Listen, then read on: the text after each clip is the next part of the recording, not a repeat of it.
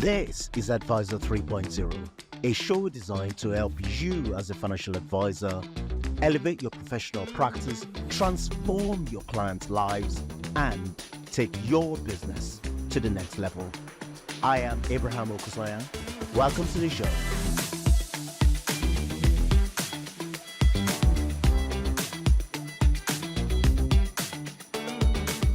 Shadi Kirk, thank you for joining us today on Advisor 3.0 podcast. We're delighted to have you. I know we've just spent the last 10 minutes talking about scarves and microphones and all things to do with nothing to do with Advisor 3.0, but it really is an absolute pleasure to have you here today. Well, thank you very much for asking me, and I'm really happy to be here. Great. So can we dive straight into you? You know, for those of you that don't know about it, I want to get to what was Bridge Investments, but actually I want to spend a few minutes just exploring you and I suppose tell us a little bit about yourself and where this journey began. Where the journey began, gosh. So I've been in financial services since 2007, but my journey began, I studied chemistry. And everyone's always a bit surprised at that. Studied chemistry and then ended up working at the Financial Times, working in advertising, which was great. And I worked there during the dot-com boom, learnt loads, and it was really, really good fun. And then in 2005, I moved up to Edinburgh to go and do my MBA at Edinburgh Business School. I just felt like a change. And I thought, if I don't do something different now, after 5 years, I'm just, not gonna do anything different. And then did that. That was good fun. And then ended up working at HBOS, which doesn't exist anymore, in project management. And I just found that really tough. And I realized at that point, I really miss not working with people. And I still remember the call. My mortgage broker phoned me about something and he said, "What's wrong?" I said, I just can't, I can't do project management. I have no contact with people. I can't do this. And all I could hear was people typing away on the screen. And he said, "I told you years ago to go and do your exams. And you should have gone and done it." So obviously, I kind of thought about it. And I started my career in financial service and personal finance, if you like, at Edward Jones, which used to be an American stockbroking firm. And they were in the UK. So I did all my training with them and it was great. And then in 2009, they sold to, they decided to leave the UK and sold to another company. And at that point, Angus, who is my husband, decided to go and set up Bridge Investments. And the reason why we thought of the name Bridge Investments was because I was based in Edinburgh, Angus was based over in Dunfermline, and there's the Forth Road Bridge in Edinburgh, which is a big thing. So we thought, Bridge Investments, and that was great. But obviously, as you know, the industry has changed quite a lot over the past few years. Obviously we had RDR and then, different things. But around 2019, we also started to change the way that we both work. And we became more interested in people's relationship with money. So the focus changed from the actual investment to really client focus. How does the client really want to live their life? What do they really want to do? What is an ideal retirement? We all talk, save your money for an ideal retirement, but actually honing in on what that ideal retirement really is. So, and then we thought that the name Bridge Investments didn't really reflect Because you were worried that people would walk down the street and think that if I went in there and is it going to be investment managers or, something that didn't equal financial planning? Yeah, didn't equal financial planning. And also I think the name investments was a bit misleading because I think they were kind of like, oh, do you do pensions? Do you do that?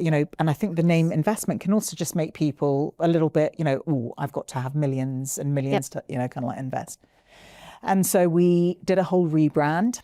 And so we came up with the name Transform Financial Planning, which we just felt really encompassed how we work, what we do. And the name Transform Financial Planning, I think, just reflects a lot more about what we do. And we've got an office in Edinburgh. It's in an area called Stockbridge, which is quite villagey and lots of, people go by. When we were called Bridge Investments, our colours were silver and burgundy and our front door was pink and things. And we only ever had one walk-in. That was it. In the first 5 years, only one walk-in. We then rebranded.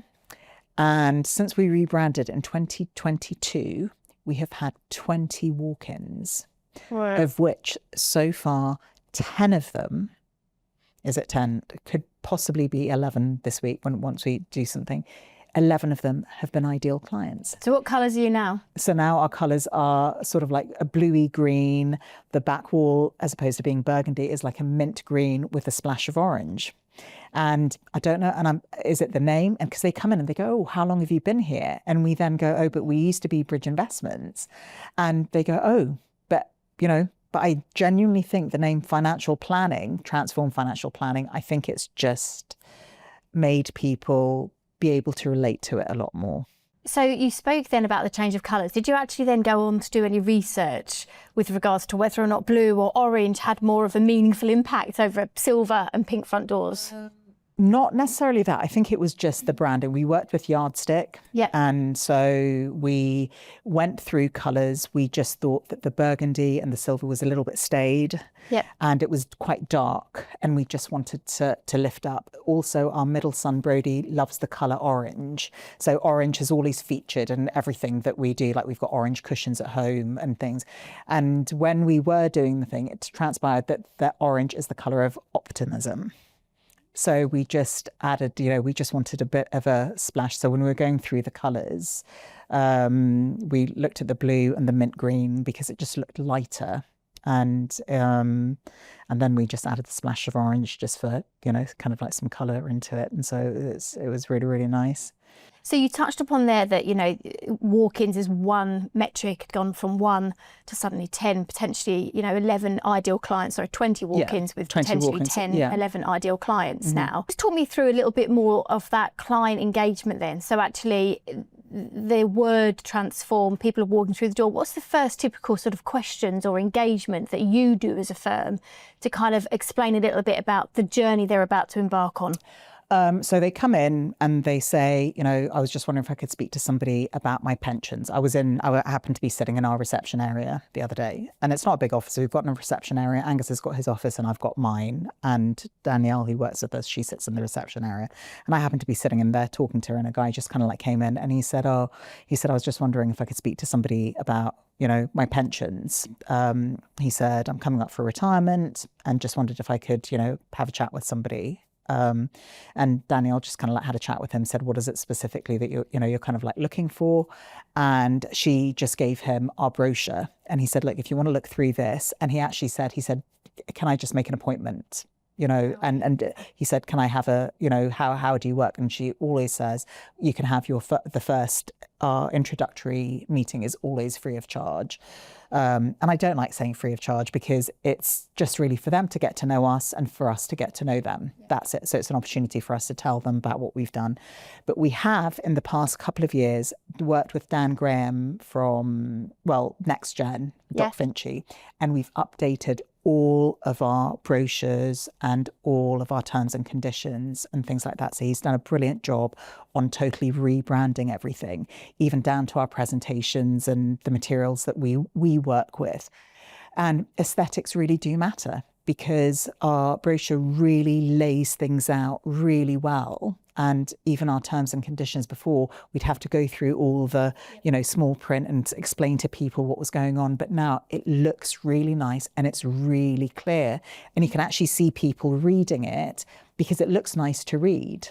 So we're really happy that we've actually done that work because I think it does make a difference to clients when they see it. And it also makes your job a lot easier. And I think it just provides a lot more clarity and transparency for the clients as well, because they know, they go, oh, right, if I'm doing this, this is what it's going to cost. If I'm doing this, this is what it's going to cost. And this is what you're going to do for me. And I just think that's really important nowadays. Yeah. Especially in line with consumer duty and things like that, for the client to feel good about what they're doing and also to feel that they understand what they're doing or what they're signing up to, I think is really, really important. And talk to me about the team, Shadi, about, what the current structure. I know that we had a catch up before today's podcast around sort of some big events that's happened to the team over the years and the impact that that's also had. Yeah, it was a big learning curve. We had, so when Angus and I set up, and then we had Jen, who used to be our operations director, and she was with us for 10 years, and it was great. We worked together, the three of us worked together, and in 2021, I think, we started to grow the team, so we brought another 2 people in, and it was all going really, really greatly. But sadly, at the end of 2022, Jen got ill, and really sadly, she passed away, which was a shock to all of us. It was just because it was just so sudden, and she was really, really young. And in all our planning, like Angus and I, in all our planning, it was just always, Jen was always involved, and she was core to our business. So it was a really big loss to us, just from, because we're a small team, to have, like, lost somebody. It was really, really, really tough. And so we just totally restructured. And the other 2 girls that were working with us, they were great, but they resigned as well. And if they hadn't resigned, I was going to probably look at a total restructure anyway. But it was actually really good for me and Angus, because the only thing that we did that year was make sure that we looked after our clients. Yeah. And they all knew Jen as well. So I think it was amazing to see how supportive they were, because it was like as though they understood when we told them, because lots of people were quite shocked. And then we decided to outsource our admin, which we're really happy we did it, but then we realized it didn't work. We really do need somebody. But also what we did was we had worked with Brett Davidson at FP Advance in 2014. And after all of this happened with Jen, because he knew her, because she came to a lot of the sessions and the meetings, we contacted Brett, and I'll never forget, he was just on the other end of the screen, and I could just see from his face, and it was just like, I'm so sorry, you two, kind of thing. And we were like, yep. And then he said, can you just leave this with me and I'll come back to you? And we were like, yep, kind of thing. And then he came back about a week later. He said, let's have a call. And the best thing he ever said was, we worked together 10 years ago. And he said, you did change your business. And we're like, yep, totally transformed our business.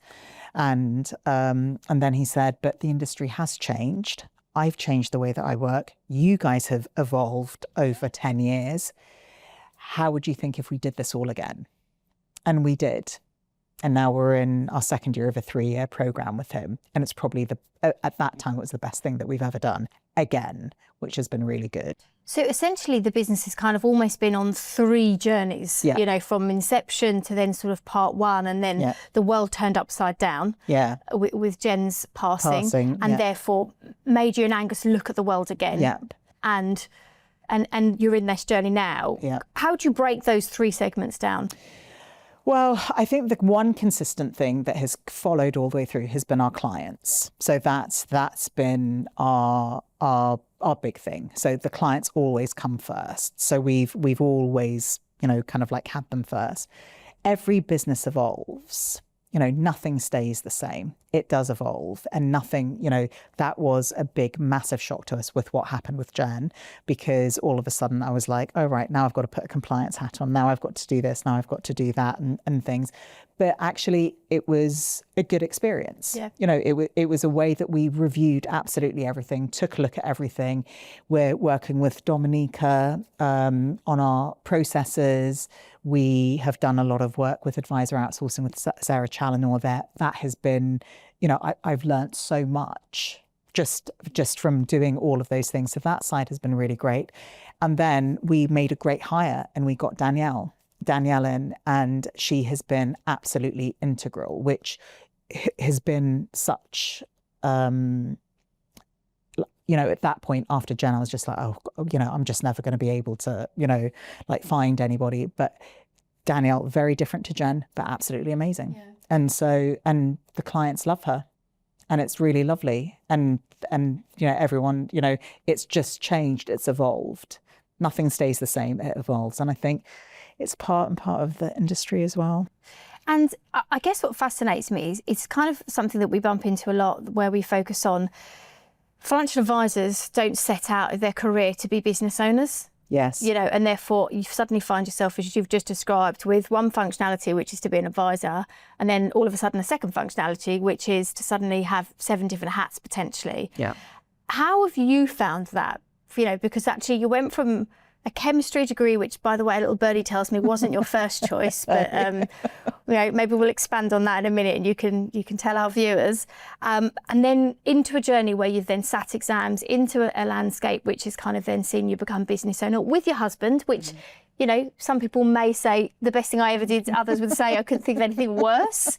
How have you managed that transition for yourself, but more importantly, as you've said, for the clients to have become on that journey? Yeah, it's a big thing with financial advisors, and it is across the board, that it's very difficult to kind of like detach yourself from working in the business and as well as working on the business. Yep. So those are the two things. Fortunately, a lot of people say, gosh, you and Angus work together. And we've got 3 young boys. Well, we're actually a family of 4 boys. So, life is chaotic. But I think the thing that has always been, the same is that we both work with different clients. And so we've always had our separate clients. And also we did meet at work as well. So it's kind of like that, that's just kind of like what we do. But I think with the running a business, I know that, now that Danielle started, I'm delegating a lot more over to her. So eventually we will be growing the team again. Yep. But I think what we learned from that is that everything's a process. We had to give ourselves time to get over the shock of Jen. That was the first thing. So we did that.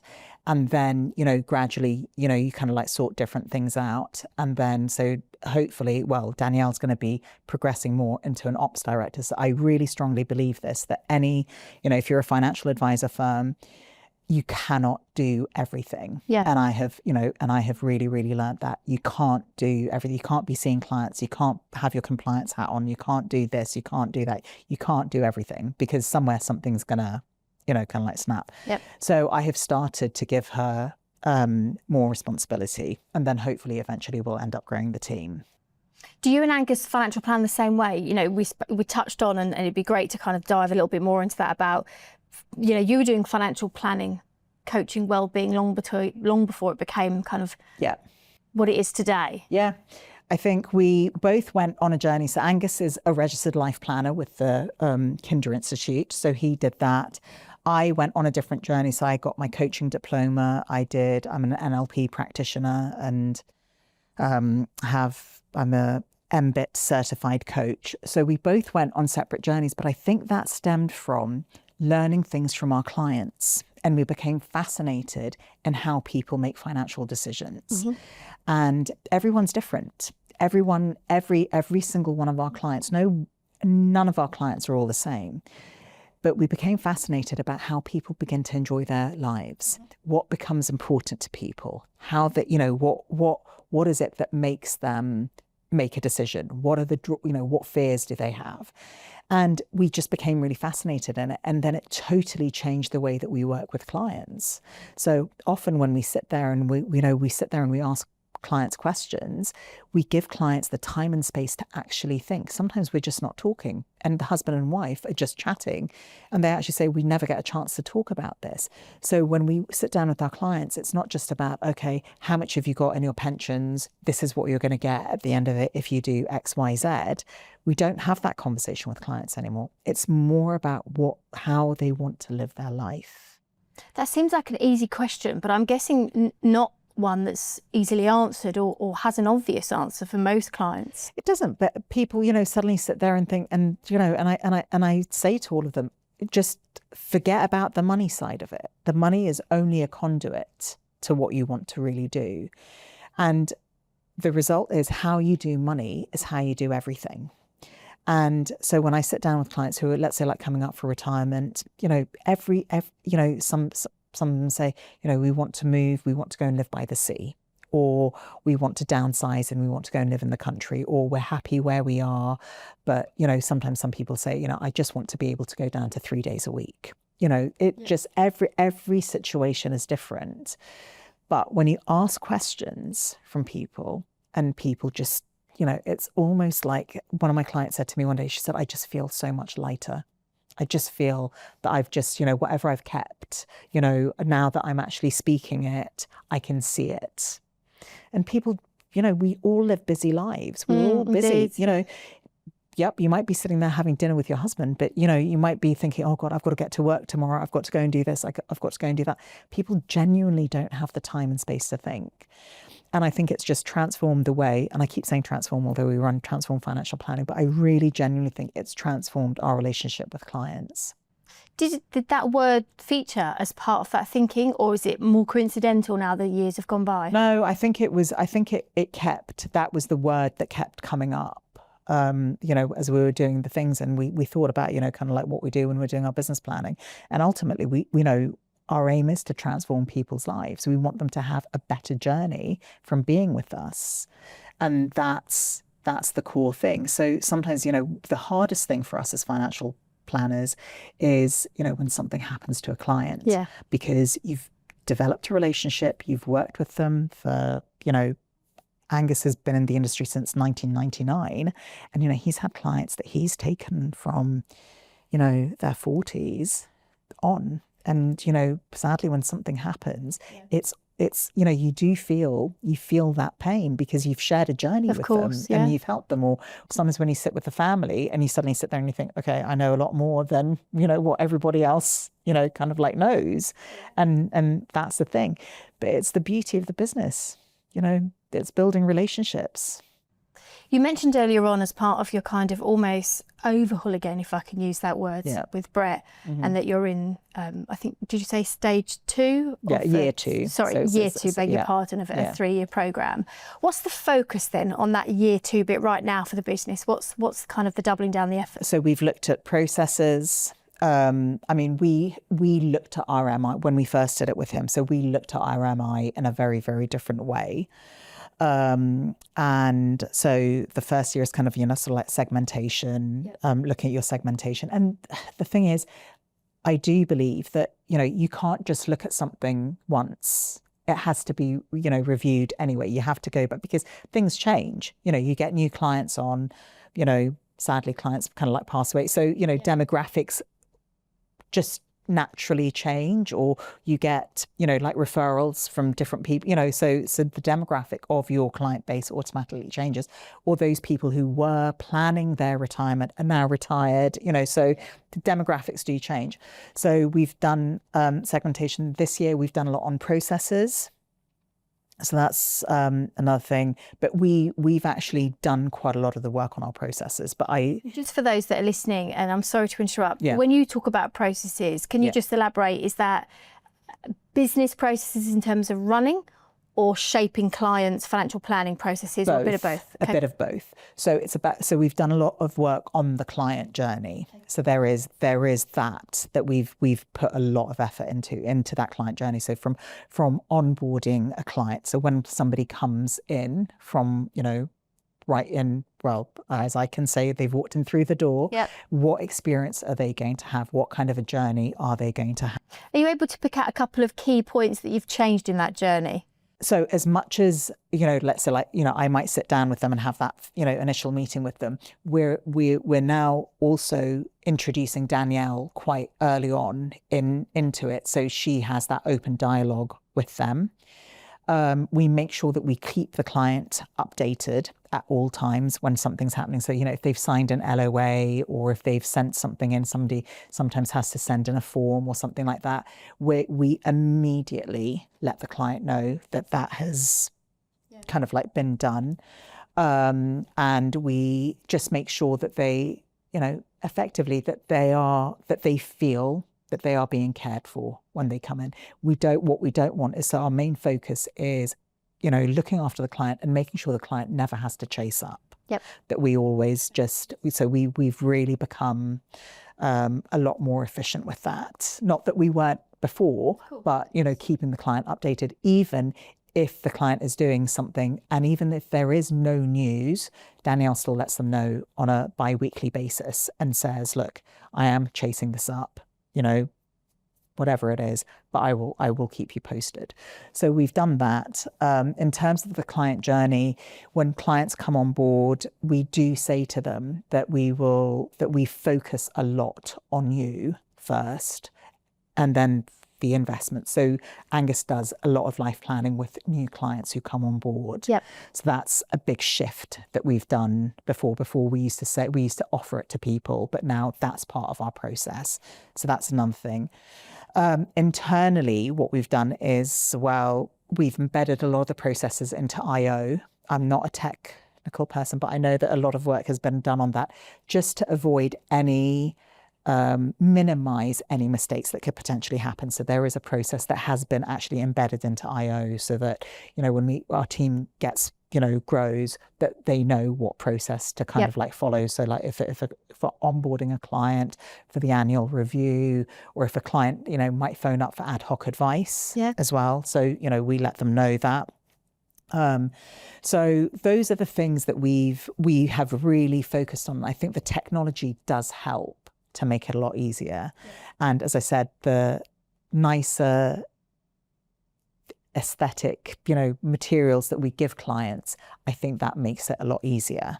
So you think a combination of the way that you are interacting, clients understanding the journey they're embarking, and interestingly, Danielle being quite early in the process as well. And actually, therefore, she's a constant along with you and Angus. The client isn't always going to speak to the advisor, you and Angus in this case. But actually, if Danielle's been introduced early on, then actually there's a consistency. Yeah, there is a consistency, and they feel happy like emailing her about something, or if they've sent something in and she just immediately might say, thanks for sending in the whatever paperwork that was, kind of like necessary and things like that. And I think it's important because we're a team, and there is going to be a time when sometimes, somebody just, sort of like comes in and needs something done, and one of us might not be there. It could just be, obviously she's not giving advice, but it could just be anything. And the fact that they know that they can turn to somebody, I think is really, really important. And they like that. And do you mind me asking about metrics of the business today? Yeah. So how many clients, AUM, we've established the team size? So AUM, we've got 60 million. And in terms of clients, it's about 160. So, but then households, I think it's just about 70. It's just slightly under, like in terms of households. And where would you like that to go? I know that whilst your business is clearly focusing on the financial planning and the clients and the team, but clearly as a business owner, you have to have one eye on what is the direction of travel and the growth. Well, we've been doing quite a lot of marketing. We've just started. Having said that, we're just actually redoing our website. We've been working with somebody called Paul Mills, who, funnily enough, I went to Advisor 3.0 last year. Thank you for coming. Somebody, Shameless plug. And Sarah Steele from Yellowtail was on the panel. And one of the things that she spoke about was that it was like Domi was there, and it was all about, like processes and what they've done right. And she happened to say, we've been using somebody who's really, the marketing's really helped us, and we've done this and that and everything. And I thought, oh, that's interesting, because I always think financial advisors find the whole marketing thing very, very difficult. It's difficult to get it right. And so I contacted Sarah, asked her all the questions that I needed to. So we've been working with Paul. On the marketing. We don't want to grow to have 20 advisors. So that's what we definitely don't want to do. And that's great though, because sorry to interrupt, it's almost like the hardest decision is designing where you want to be. But actually the great thing about you've decided exactly where you don't want to be. We don't want to have 10 advisors. In the past, we've had ARs and it just hasn't worked.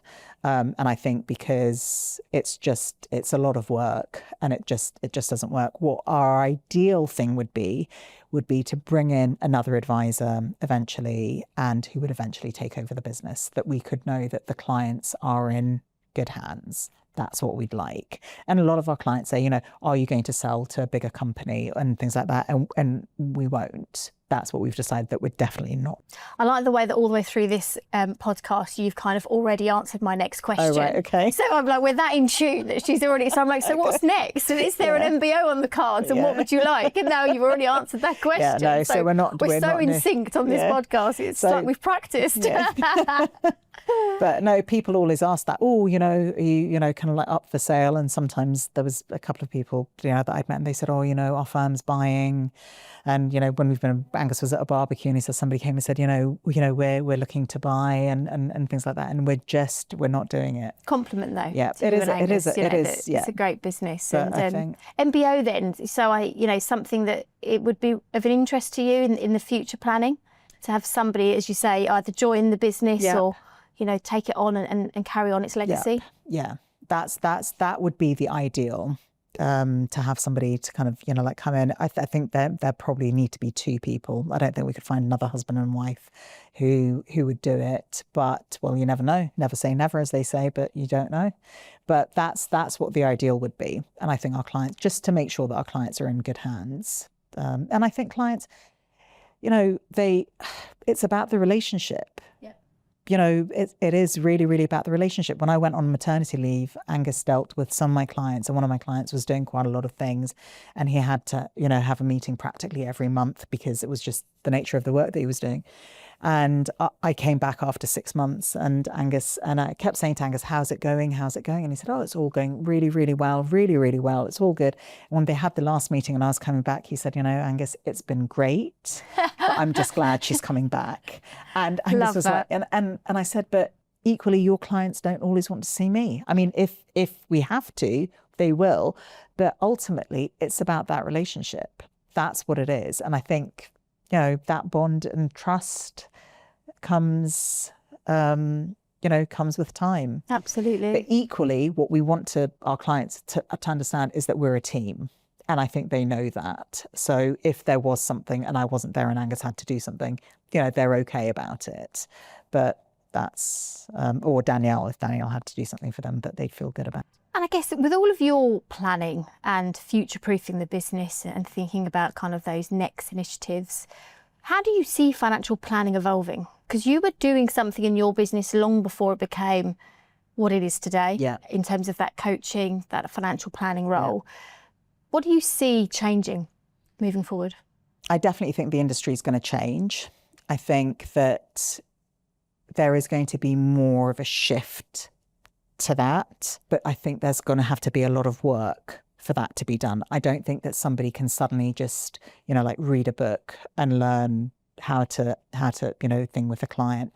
But I think if it becomes embedded into their training, and it's almost like, your train of thought, and if they start to, if the training is done effectively, I think over the years it will naturally change the way that financial planners work. I think, and you have to be open to it. And that's the key thing. I think there will be a shift. I think a lot of people say, oh, tech's going to take over, and, that people aren't going to look for advice and things like that. And only about, 3 or 4 weeks ago, somebody referred somebody to me, and they sat there in front of me and they said, we scoured the internet and we just don't want to make a decision about our retirement without getting, we don't want to do that. Yep. And we want to be able to speak to somebody just to make sure that we're doing exactly the right thing. And so I don't think that will be replaced. I think AI is definitely going to change the way that financial planners work, because it can speed up things, and it can, even like meeting notes and things like that. I think it'll change the way that things are done. But I know a lot of people talk about robo advice and things like that, but I think at some point when you have to make some big decisions in life, people will still always want to speak to somebody. And just to end on that note, the girl that went to do a chemistry degree ended up in a project management role, and she hated it because she didn't like talking to a screen. Yes. She wanted people in the client relations. Yeah. Indeed. People do that. Oh, yes. really? Yeah. People just sit in front of a screen and that's it. But everyone's different. Absolutely. Everyone's different. And it took you probably a little while and a nudge from somebody to say, look, I told you should have done this a few years ago. You should have done the exams, and look where you are today, running a successful business that I can tell from just our conversations you love and you're passionate about. Yeah. And clearly your clients, as they've been with you on the journey. So what advice would you give to somebody now that might be tuning in, thinking about this as that career, or they're in that early stages? Well, it wasn't just the little nudge that I got. I made a big mistake with my own pension. I went out for drinks with friends, and I was 23, working at the Financial Times after a few glasses of wine, and somebody said, I've done research on this and we should go into the money purchase scheme and not the final salary scheme for our pensions. Yep. And yep, lo and behold, that's what we did. Yes. But at that age, we knew better, and that was it. And it was only suddenly one day I sat there and I was like, oh, my goodness me. What a story. What have I done? I mean, it's all worked out fine, and it's all been, totally fine. But had I decided to stay there and, stay there for 30 or 40 years, I would have been kicking myself. That's the thing. And that was the first time where I thought, oh, you know what? This was a big mistake, and, people shouldn't make that mistake. And that was my first, sort of like, thinking, oh, maybe I could be interested in this. And I did look it up, but I was having fun at the FT. Yeah. It was fun. It was great fun at the time. So that was my mistake. So I've learned a lot from that. But I think for younger people going in, I honestly think it's a great career. If you love people and you love working with people and you have to love personal finance as well, I really think that it is a really great career for young people to get into. I know, and there's a need for it. Yeah. And that's the thing. And life has changed. So, for example, when I was at uni, we didn't have university fees to pay. University fees were covered, we didn't have to pay fees. Now things have changed. So even parents are now becoming a lot more aware of that, and they're starting to think, oh gosh, we need to maybe do something to help our kids later on. So that shift is already happening with people thinking further ahead. It's not just about retirement. People are now looking, oh, you know what, if I've got children, might want to support them during university, or I want to do something for my grandchildren. People are thinking ahead, which they have done quite a lot in America for years, because everyone had a college fund, because the structure of life was very different out there. And I think there is a big shift here as well. And also, demographics have changed. So when I was at school, there was only a handful of mums who worked a lot, and I'm 50. So, when I look back, but now that I've got obviously young children, I know lots of mums, most mums are working. Yeah. I think I only know one or two mums who have stopped working, but everybody's working. So that's a change in the way that people are running their lives. And so therefore, I think that there's definitely going to be a shift in the way that financial decisions are made within families. And it's going to become a bigger thing. So I definitely think, absolutely. Yeah, I definitely do. And I'd say to those young people, get a mentor, work with somebody, and not to be, fearful of going into the industry, not to be daunted by it, to just go for it. Great words to end on. Yeah. Shadi, thank you so much for being an exceptional guest on Advisor 3.0 podcast. I must confess, this is the podcast where I think it's had the most shout outs from the Yardstick Agency, Dan at Next Gen, Paul Miles, I'm doubtfully Sarah Steele from Yellowtail. So and Brett, thank you. Gosh, he's not going to be happy with me for getting Brett. But and Timeline. Thank you, and again, thank you. Wonderful words of wisdom at the end there. Okay, thanks a lot.